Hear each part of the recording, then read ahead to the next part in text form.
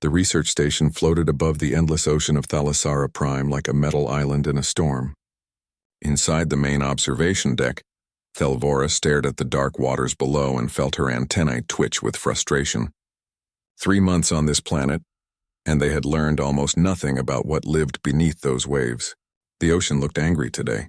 Massive waves crashed against the support pillars of the station, sending spray high into the toxic atmosphere. The clouds above were thick and gray, blocking out most of the light from the distant sun. This world was beautiful in a terrible way, like watching a fire burn. Thelvora touched the console in front of her, bringing up the data from their last attempt to explore the depths. The expensive robotic submarine had lasted exactly 47 minutes before something crushed it like an empty container. The pressure readings had been enormous. The video feed showed dark shapes moving in the water before everything went black. Still thinking about the submarine? Garn's rough voice came from behind her. The large reptilian officer walked closer, his scales clicking softly against the metal floor. His yellow eyes looked at the screen with concern. "We have lost 3 submarines," Thelvora said quietly. "The Council is not happy. They sent us here to study this planet, but we cannot even reach the water. Every species in the Coalition knows that such environments are death. The pressure alone would crush any of us in seconds." Garn nodded slowly. "Perhaps some worlds are not meant to be explored. My people have a saying, not every cave needs to be entered." Before Thelvora could respond, an alarm chimed softly. A new ship was approaching the station. She checked the identification codes and felt confusion wash over her. It is the human research vessel. They were not supposed to arrive for another week. Humans? Garn's head turned sharply. "I have heard stories about them. New members of the Coalition. They come from a world called Earth." "I know little about them," Thelvora admitted. "Their planet was only discovered 2 cycles ago. They are supposed to be primitives who barely achieved space travel on their own." The human ship docked with the station smoothly. Thelvora and Garn went to the airlock to greet them. When the door opened, 2 humans stepped through. They were smaller than Garn, but taller than Thelvora, with smooth skin and strange hair growing from their heads. The first human was a female with long, dark hair tied behind her head. She smiled and extended her hand in the human greeting gesture. "Hello, my name is Jiwon. I am a marine biologist. This is Hyun, our engineer." The second human was a male, slightly taller, with short dark hair and quick eyes that seemed to notice everything. He also smiled and nodded. "Thank you for having us. We came as soon as we heard about your exploration problems." Thelvora touched Jiwon's hand carefully, fascinated by how warm and soft it felt. "I am Thelvora, lead scientist. This is Garn, security officer. We appreciate your interest, but I'm not sure how you can help. We have lost 3 submarines to the ocean. The conditions are too extreme." Jiwon's smile grew wider. "We read your reports. The pressure, the hostile fauna, the corrosive minerals. It sounds challenging." "Challenging?" Garn's voice was almost a growl. "It is lethal. No living being can survive in those waters." Hyun and Jiwon looked at each other and something passed between them. It might have been amusement. "We would like to try," Jiwon said calmly. "Hyun and I will personally dive into the ocean and explore it for you." The observation deck went completely silent. Thelvora felt her antennae freeze in shock. Garn's mouth fell open, showing his sharp teeth. "You cannot be serious," Thelvora finally said. "The pressure readings alone would crush your bodies. The water is filled with predators. The minerals would burn through your skin. This is suicide." "We have diving equipment," Hyun said, as if they were discussing a simple walk outside. "Our suits can handle the pressure. We have brought everything we need." "But why?" Garn demanded. "Why would your species do something so foolish? Is this some kind of death ritual?" Jiwon shook her head, her expression becoming more serious. "On Earth, our planet, we have oceans too. Very deep oceans. Humans have been diving into water for thousands of years. It is part of who we are." Thelvora tried to process this information. "Your homeworld has large bodies of water, and your species voluntarily enters them. About 70% of Earth is covered by ocean," Hyun explained. "We evolved near the water. We learned to swim before we learned to fly. Some humans spend their entire lives working in or under the ocean." This was madness. Thelvora had studied many species across the Coalition, but she had never heard of any intelligent beings who willingly entered such dangerous environments. Most civilized species evolved on stable, gentle worlds with moderate climates. Water was for drinking, not for swimming in. I must strongly advise against this, Thelvora said formally. The Coalition will not approve of risking intelligent lives in such a reckless manner. Jiwan's expression remained calm and confident. We have already received approval from the Coalition Council. That is why we came early. They reviewed our equipment specifications and our training records. They understand that humans have unique capabilities in aquatic environments. Garn looked at Thelvora with his yellow eyes wide.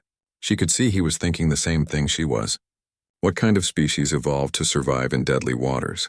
What kind of world created beings who thought crushing pressure and hostile predators were normal things to face?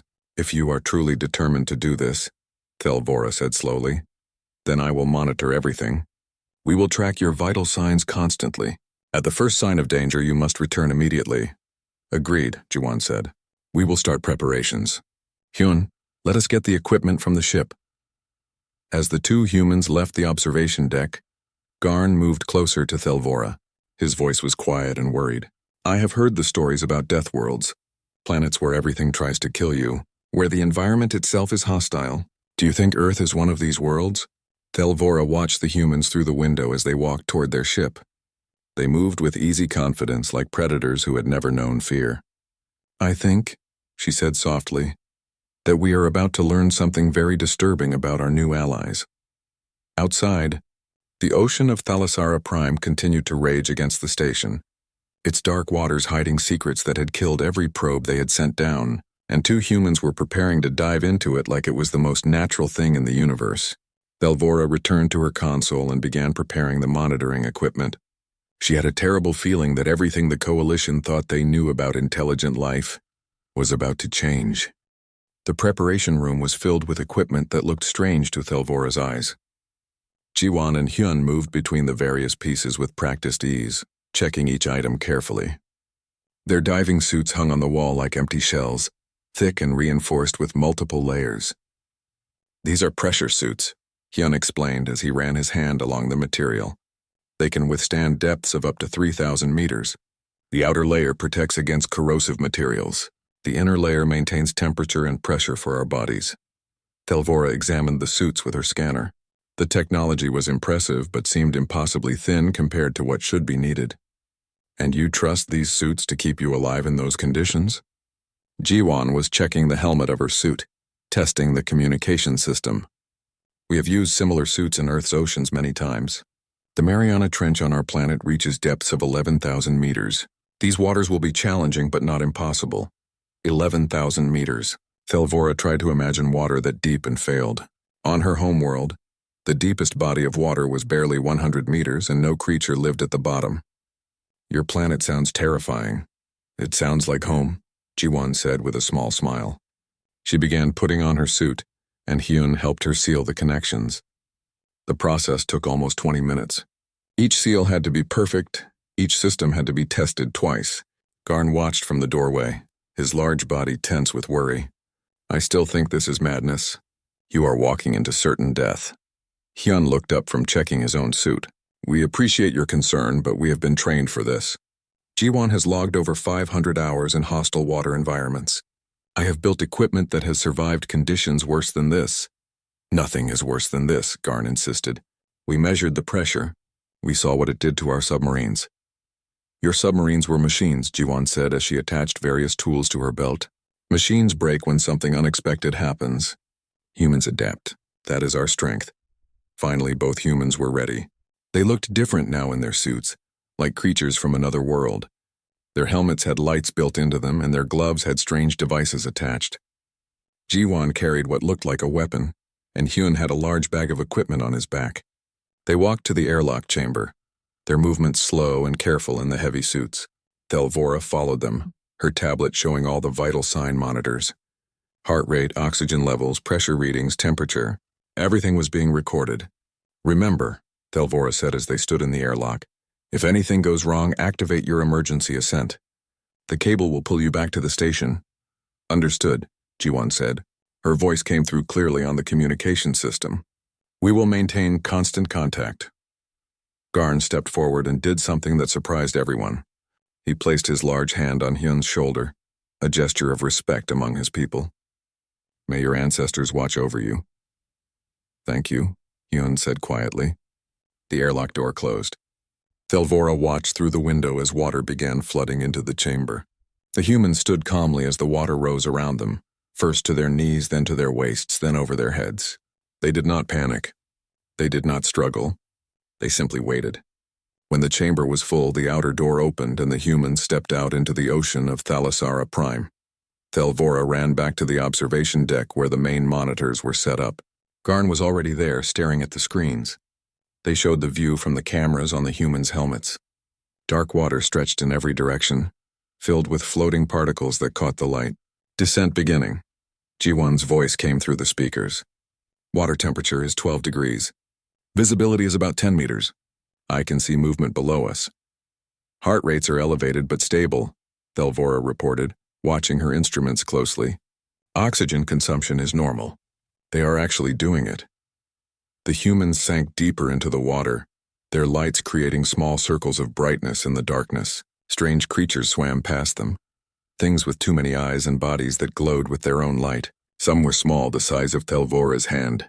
Others were much larger. At 100 meters depth, the water became darker. The pressure readings on Thelvora's screen climbed higher and higher. She kept expecting the suits to fail, for the humans to cry out in pain, but they just kept descending calmly. There is something beautiful about this, Ji-won said over the radio. The life here is unlike anything on Earth. Hyun, are you recording this? Every second, Hyun replied. His voice was steady and professional.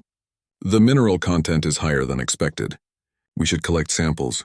They were collecting samples. They were having a normal scientific conversation while surrounded by crushing pressure and hostile alien life. Thelvora felt her understanding of reality shifting. At 300 meters, something large appeared on the camera feeds. It looked like a serpent but was easily 10 meters long. Its body produced a blue glow that made the water around it shimmer. It had teeth the size of knives. Contact, Ji-won said calmly. Large predator approaching from the right. Garn leaned forward, his claws gripping the edge of the console. They need to ascend now. But the humans did not ascend. Hyun reached for a device on his belt and activated it. A high-pitched sound filled the water, making even the speakers in the observation deck vibrate. The serpent creature stopped its approach, its body twisting in confusion. Sonic repeller working as expected, Hyun said. The frequency is causing disorientation in the target. The creature turned and swam away quickly, disappearing into the darkness. Thelvora realized she had been holding her breath.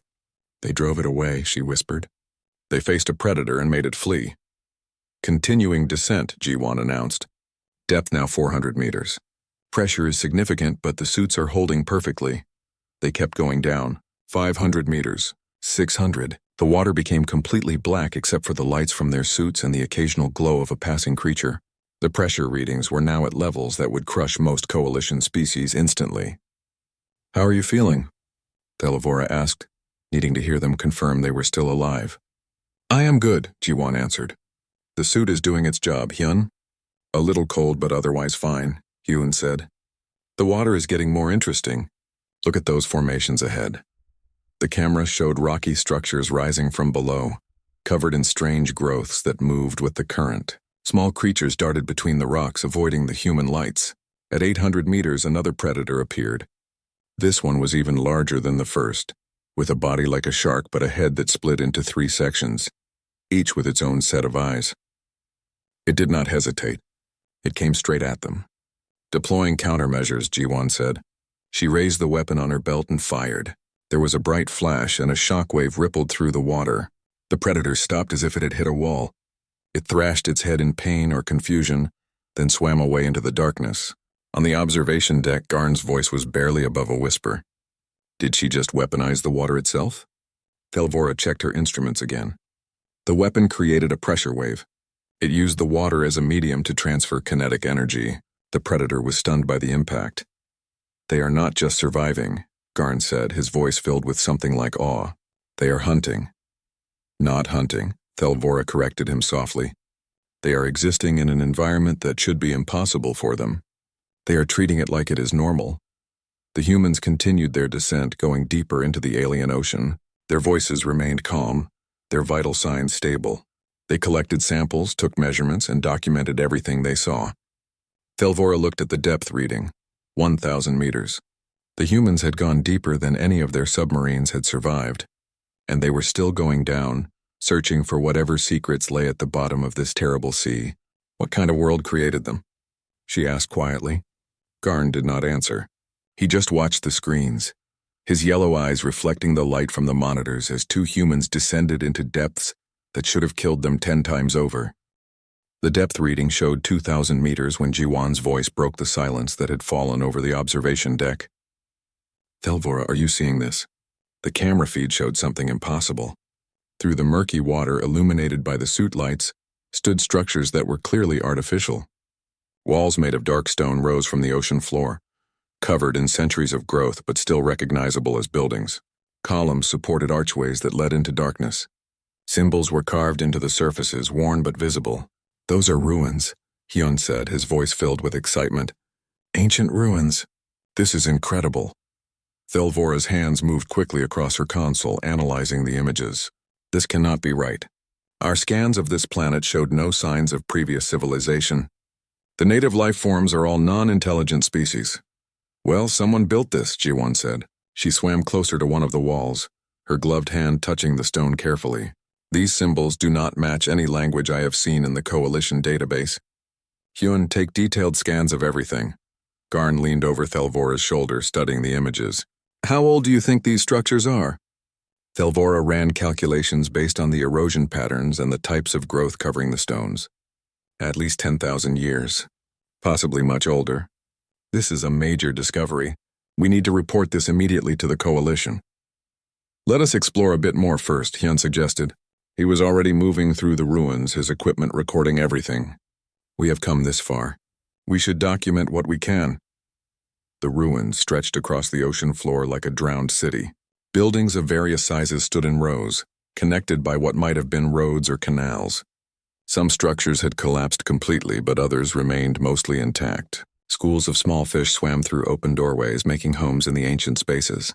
There is something at the center, Jiwon said. She pointed her light toward a larger building that rose higher than the others. That looks like it might have been important. Maybe a temple or government building. Approaching the central structure, Hyun confirmed. They swam together through the ruins, their lights creating dancing shadows on the old walls. Occasionally, they would stop to document interesting carvings or architectural features. As they got closer to the large central building, Thelvora noticed something on her sensors. I am detecting an energy reading. Very faint, but it is there, coming from inside that structure. Energy? Garn's voice was sharp with concern. After 10,000 years?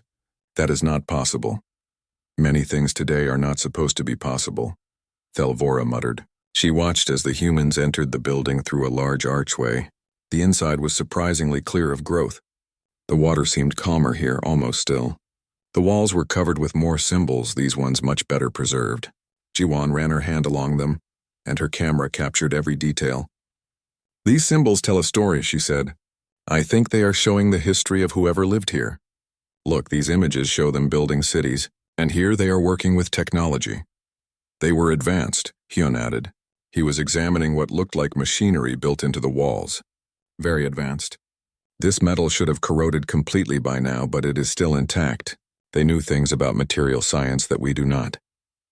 They moved deeper into the building, following the energy readings. The path took them down a long corridor that opened into a large chamber. In the center of the chamber stood a device, roughly spherical in shape, still glowing with a soft blue light. That is the energy source, Thelvora said, her voice barely containing her excitement. It has been running for thousands of years. We need that technology. Jiwon and Hyun approached the device carefully. As they got closer, the glow became brighter, as if responding to their presence. Suddenly, holographic images appeared in the water around them, showing figures that looked like tall, thin beings with smooth skin and large eyes. A recording, Jiwon breathed. They left a message. The holographic figures moved, their mouths forming words. The communication devices in the suits worked to translate the ancient language. It took several moments, but eventually a voice came through the speakers. Mechanical and strange, but understandable. If you have found this message, then our warnings have failed, the voice said. We were the Kaleth and we built great cities across this world. We thought we could tame the waters, could make them safe for our people. We were wrong. The hologram showed images of catastrophe, Great waves destroying cities, creatures rising from the depths to attack settlements, the Kaleth people fleeing in ships that rose into the sky. The waters of this world are not meant for dwelling, the voice continued. They contain life too hostile, pressures too great, conditions too severe. We tried for 1,000 years to adapt, but in the end we had to leave. This world belongs to the ocean and the creatures within it. Do not make our mistake. Do not try to conquer what cannot be conquered. The hologram showed a map of the planet with various locations marked across the ocean floor. We have sealed our technology in chambers like this one, scattered across the world. Perhaps others will find them and learn from our failure. Perhaps they will understand what we could not. The ocean is not evil. It is simply too powerful for us. The message ended and the holograms faded. The device in the center continued to glow softly, waiting for more visitors who might never come. There was silence on the communication channel. Finally, Hyun spoke quietly. They gave up. They had advanced technology, and they still could not survive in these waters. It makes sense, Ji-won said. If they evolved on a dry world or a world with calm waters, they would have no natural adaptations for extreme aquatic environments. To them, this ocean was impossible. On the observation deck, Thelvora felt something click into place in her mind. But to humans, it is not impossible. You said your planet has oceans with depths of 11,000 meters. You said you evolved near water. You have adaptations that species like the Kaleth never had. That is correct, Ji-won confirmed. She was taking detailed scans of the device. Humans can hold their breath for several minutes. Our bodies can regulate temperature in cold water. We have been diving since ancient times. For us, water is not alien. It is familiar. Garn made a sound like a low growl. The Coalition has been trying to explore water worlds for decades. We have lost countless probes and submarines. We thought such planets were too hostile for direct exploration, but humans can just swim in them. Not all water worlds, Hyun cautioned. But many of them, yes. With proper equipment, humans can work in environments that are deadly to most other species. Thelvora was already thinking about the implications. The galaxy was filled with water worlds, planets covered in oceans, moons with underground seas, stations built near liquid methane lakes. All of them had been considered too dangerous for manned exploration. But humans could change that. The coordinates from the message, she said. Can you retrieve them? Already done, Hyun replied. There are 12 other locations marked on the map, all underwater, all at similar depths or deeper. We should explore them, Ji-won said. The Kaleth might have left more technology, more information. This could be invaluable to the Coalition. A new voice suddenly came through the communication system, making everyone jump. It was harsh and filled with static. This is Commander Reth of the Chromath Syndicate. We have been monitoring your transmissions. The technology you have found belongs to us under salvage law. You will surface immediately and turn over all data. Garn's hand slammed onto the console. The Chromath. They are pirates and scavengers. How did they even know we were here? They must have been monitoring Coalition frequencies, Thelvora said. Her mind was racing. We need to protect this discovery. Ji-won, Hyun, can you return to the station quickly? We can try, Ji-won said. But before she could say more, the water around them suddenly became turbulent. The camera feeds showed something large moving in the darkness beyond the ruins. What is that? Hyun's voice was tense. A massive shape emerged from the depths, far larger than any creature they had seen before. It was easily 50 meters long, with a body that looked like a cross between a whale and a squid. Its eyes were huge, glowing with their own light, and they were focused directly on the two humans. That is a problem, Ji-won said calmly, though her heart rate monitor showed her pulse increasing rapidly.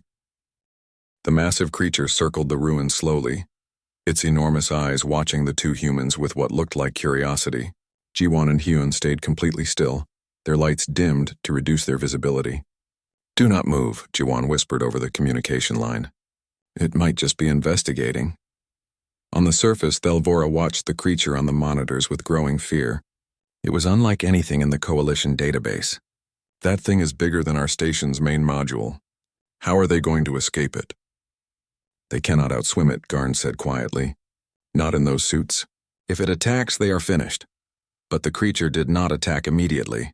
It moved closer to the ancient device, almost as if it recognized it. Its massive body was covered in old scars, suggesting it had lived in these waters for a very long time. Perhaps it had even seen the Kaleth before they abandoned the planet. The moment of calm shattered when several smaller ships appeared above the research station. They were Chromath vessels armed and aggressive. Commander Reth's voice came through again, louder and more demanding. "This is your final warning. Surrender the coordinates and all data, or we will take them by force." Garn moved to the station's defense console. "We cannot fight them.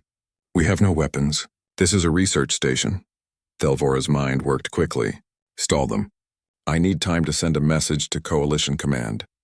Help is coming, but it will take hours to arrive." "We do not have hours," Garn replied, but he opened a communication channel. "Commander Reth, this is a protected Coalition site. Your presence here is illegal. Leave immediately or face charges." Reth's laugh came through clearly. "The Coalition is weak and far away. We are here now and we want what you found. Since you will not cooperate, we will board your station and take it." The Chromath ships moved closer. They deployed boarding drones, small automated machines designed to cut through station walls. Garn activated what few defensive systems the station had, but they were meant for emergencies, not combat. Below in the ruins, the situation was equally tense. The giant creature had noticed the activity above. It could likely sense the vibrations from the ships and drones. It became agitated, its massive tentacles stirring up the silt on the ocean floor. "We need to move," Yun said quietly. "If that thing gets aggressive, we will not be able to avoid it in this confined space." "Agreed," Jiwan replied. "But we need to take the device. The Chromath cannot have this technology. Are you insane?"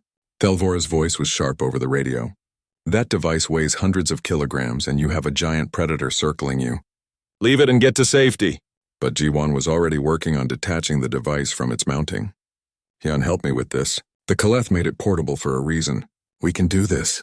Together they lifted the ancient device. It was heavy but manageable in the water. The glow intensified as they moved it, and the giant creature immediately noticed. Its huge eyes focused on the blue light and it began moving toward them. "Go, go, go!" Hyun shouted. They swam toward the exit as fast as their suits allowed, carrying the device between them. The creature followed, its massive body surprisingly quick in the water. On the surface, the Chromath drones had reached the station walls. The sounds of cutting tools echoed through the corridors. Garn had sealed the main sections, but it would only buy them minutes. Thelvora sent her final message to Coalition Command, including all the data they had collected. "Even if we lose, the information will survive," she said. Garn turned from his console, his expression grim. "I will not let pirates take this station without a fight." In the water below, Jiwan and Hyun had reached the edge of the ruins. The creature was close behind them, but something strange happened. 3 Chromath submarines descended from the surface, heading directly toward the ruins. They were military models, fast and armed. "Those are targeting us," Hyun said, checking his suit's sensors. "They are going to try to kill us and take the device from our bodies." Jiwan's mind raced. She looked at the approaching submarines, then at the giant creature following them, then at the ruins around them. An idea formed, dangerous but possible. "Hyun, do you trust me?" "Always." "Then follow my lead." She activated her high-frequency weapon and aimed it not at the submarines or the creature, but at the ancient stone column nearby. She fired. The weapon's energy hit the column and the pressure wave shattered it. Large pieces of stone began falling, creating a cascade of debris. Hyun understood immediately and did the same to another column. The ruins began collapsing in a controlled manner, creating a barrier between them and the submarines. But more importantly, the vibrations and movement attracted the giant creature. It turned away from the humans and focused on the larger, noisier submarines. To the creature, they were invaders in its territory. The creature attacked the first submarine with incredible speed. Its tentacles wrapped around the metal hull and began crushing it. The submarine's pilot tried to fire weapons, but the creature was too close, too strong. The sounds of metal breaking filled the water. "It thinks the submarines are threats," Jiwan said, swimming quickly away from the chaos. "We need to use this distraction to get to the surface." They began ascending rapidly, the device still glowing between them. The emergency cable attached to their suits helped pull them up faster than they could swim alone. Behind them, the other 2 submarines tried to fight the creature, but it was a battle they were losing. On the station, Thelvora saw the submarines disappearing from her sensors one by one. "What is happening down there?" Jiwan turned the predator against the Chromath. Garn said, watching the readings in amazement. She weaponized the planet's own wildlife. Commander Reth must have received the same information because his voice came through again, now filled with anger. You destroyed my submarines. You will pay for that. Your submarines invaded hostile waters, Jiwan's voice replied calmly over the open channel. We merely helped the local fauna defend its territory. Perhaps you should have studied the planet before attacking. The Chromath ships above began deploying more drones and weapons, preparing for a full assault on the station, but they made a mistake. In their anger, they fired heavy explosives toward the water, trying to hit the ascending humans. The explosives hit the ocean's surface and detonated, creating massive pressure waves that radiated downward. Jiwan and Hyun were just deep enough to avoid the worst of the blast, but the shockwave hit the water with enormous force. What the Chromath had not considered was that the planet's crust near the research station was geologically active. The explosions triggered something deep below. Volcanic vents that had been dormant suddenly activated, sending superheated water rushing upward. Thermal activity detected, Delvora said, her voice rising with alarm. The water temperature is increasing rapidly. Volcanic gases are being released. The ocean became chaotic. Hot water mixed with cold, creating powerful currents. The giant creature, disturbed by the explosions and the changing conditions, fled back to the depths. The water itself became a weapon, tossing debris and hostile fish in all directions. Jiwan and Hyun used the upward current to their advantage. They rode it like a wave, ascending faster than should have been possible. The device remained secure between them. Its blue glow steady even in the chaos. Approaching surface, Hyun reported. His voice was strained but controlled. Air supply at 15%. We are going to make it. The Chromath ships above were now dealing with their own problems. The volcanic activity was affecting their sensors and systems. Steam and toxic gases rose from the water, making it difficult to see or target anything. Garn saw an opportunity. He activated the station's emergency thrusters, something normally used only for evacuations. The entire station began rising, moving away from the volcanic activity and the Chromath ships. We are leaving? Delvora asked. We are retreating to a safe distance, Garn corrected. And we are picking up our humans. Minutes later, Jiwan and Hyun broke through the ocean surface near the station. Their suits were scorched and battered, but they were alive. The station's retrieval system pulled them quickly into the airlock.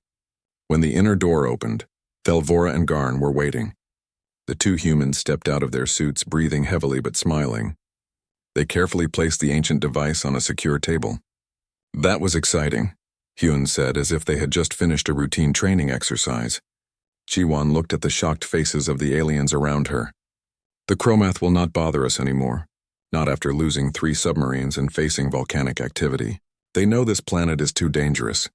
Too dangerous for them, Delvora said quietly. She looked at the humans with new understanding. But not for you. Garn approached them and performed his people's highest gesture of respect, lowering his head. You have earned honor today. You fought with intelligence and courage. I was wrong to doubt you. Thank you, Jiwan said.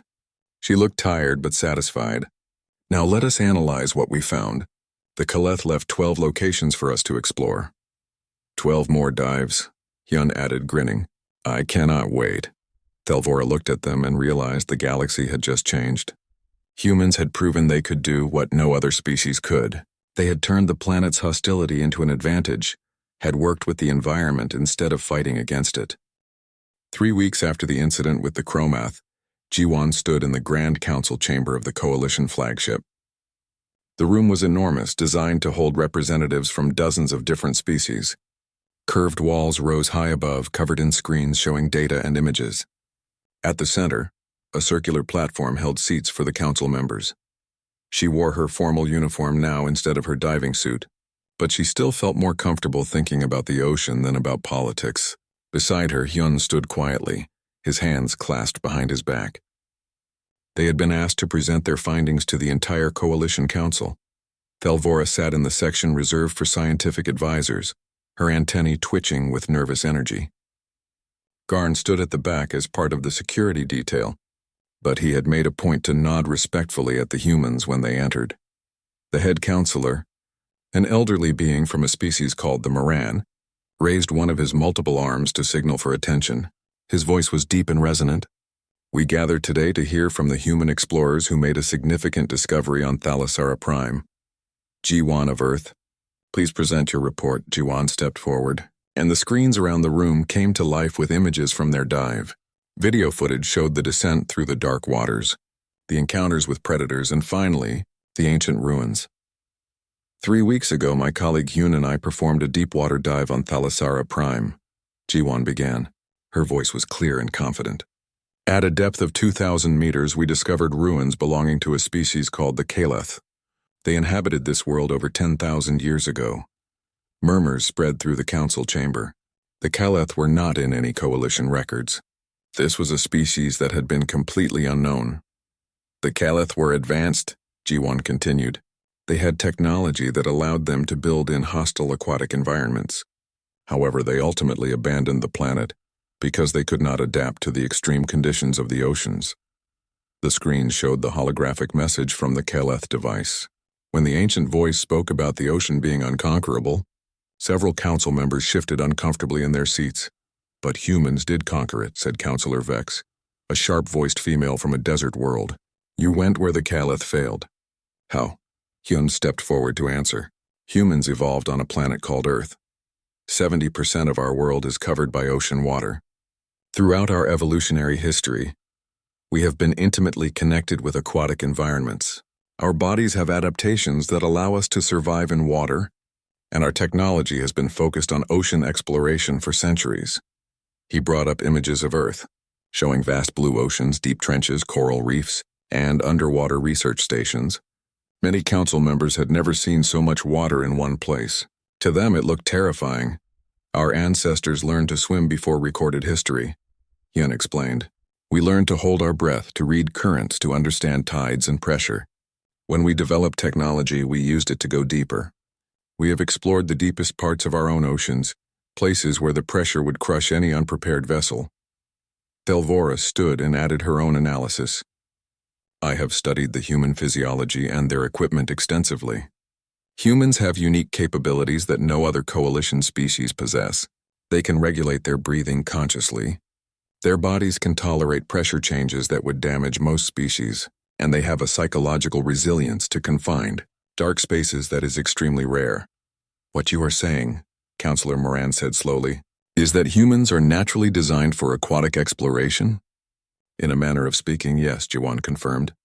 We are not aquatic species like fish or marine mammals, but we are uniquely suited to work in water environments with proper equipment. What seems deadly to most species is familiar to us. Another councillor, this one from a species with crystalline skin, spoke up. The Coalition has mapped over 3,000 water worlds in our territory. We have been unable to fully explore most of them due to the hostile conditions. Are you suggesting humans could change that? We are suggesting we could help, Ji-won said carefully. We do not claim to be superior to any species. We simply have different adaptations. Where others are strong on land or in low gravity or in extreme heat, we are comfortable in water. It is a skill we can offer to the Coalition. Councillor Vex leaned forward. And what do humans want in exchange for this skill? Hyun smiled slightly. We want what any Coalition member wants. Access to knowledge, access to technology, the chance to explore and learn. Earth is still relatively new to space travel.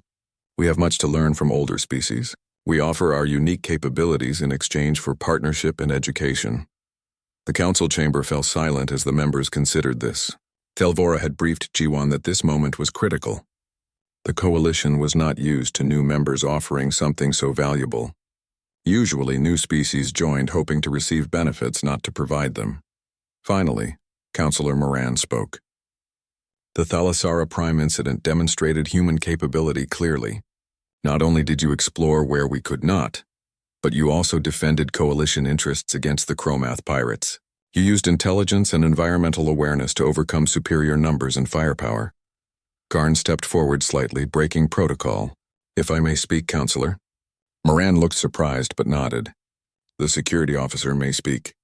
I witnessed everything that happened, Garn said. I thought the humans were committing suicide when they entered the water. I was wrong. They did not just survive. They thrived. They turned a hostile environment into an advantage. They faced predators that terrified me from the safety of the station, and they remained calm. They are warriors and explorers both. Thank you, Officer Garn, Moran said. He looked around at the other council members. I believe we have a consensus to reach. The council members conferred quietly among themselves for several minutes. Finally, Moran raised his arms again. The Coalition Council has decided. We formally offer humanity the position of primary aquatic exploration specialists. This is a new position created specifically for human capabilities. The screen showed the official designation appearing in Coalition language and then translating to human English. Jiwon felt her heart beat faster. This was more than she had hoped for. As primary aquatic exploration specialists, Moran continued, humans will have access to Coalition advanced technology, specifically related to underwater exploration and survival. You will be given priority for missions involving water worlds. In exchange, you will train Coalition members in underwater techniques where possible, and you will share all significant discoveries. We accept, Jiwon said immediately. On behalf of humanity, we accept this position with honor. Furthermore, Moran added, Earth will receive full Coalition membership benefits, including access to trade networks, educational exchanges, and defense cooperation. Your planet will be protected under Coalition law. Hyun looked at Jiwon, his eyes wide. They had come here hoping to prove human value. They were leaving with full Coalition partnership and a unique role that only humans could fill. There is one more thing, Counselor Vex said. The Caleth device you recovered. Our scientists have analyzed it. The technology is remarkable. It has shown us new possibilities for energy generation and storage. If the other 11 locations contain similar technology, the benefits to the entire Coalition will be immense. We are planning expeditions to each location, Jiwon confirmed. With the Council's permission, we will begin immediately. Permission granted, Moran said. You will have full support. This is a priority mission for the Coalition. The ceremony continued with formal documents and traditional rituals from various species. Jiwon and Hyun participated in all of them, trying to remember the complex etiquette. When it was finally over, they left the council chamber and found Thelvora and Garn waiting outside. Congratulations, Thelvora said, her voice warm. You have changed history today. Not just for humans, but for the entire Coalition. We could not have done it without you, Jiwon replied. You believed in us when we entered that water. You monitored everything, kept us safe. Thelvora's antennae moved in a pattern that indicated pleasure. I learned more in those few weeks than in years of research. You showed me that life finds different paths to success. The galaxy is more diverse than I imagined. Garn placed his large hand on Hyun's shoulder, repeating the gesture of respect he had shown before. When do we return to Thalassara Prime? We? Hyun asked. Yes, Garn said. I am requesting transfer to your expedition team. If the Council approves, I wish to be your surface security. You need someone to watch over things while you are below. Jiwon smiled. We would be honored to have you. 2 months later, Jiwon stood once again at the edge of the ocean on Thalassara Prime. But this time, she was not alone. 5 other human divers were with her, all trained and ready. The research station had been expanded and reinforced. Coalition ships orbited above, providing security and support. Behind them on the station, Thelvora coordinated with scientists from a dozen different species, all eager to learn about the Caleth and their technology. Garn commanded a proper security force, ensuring no more pirates would threaten their work. Ready? Hyun asked beside her. He was checking his suit one final time.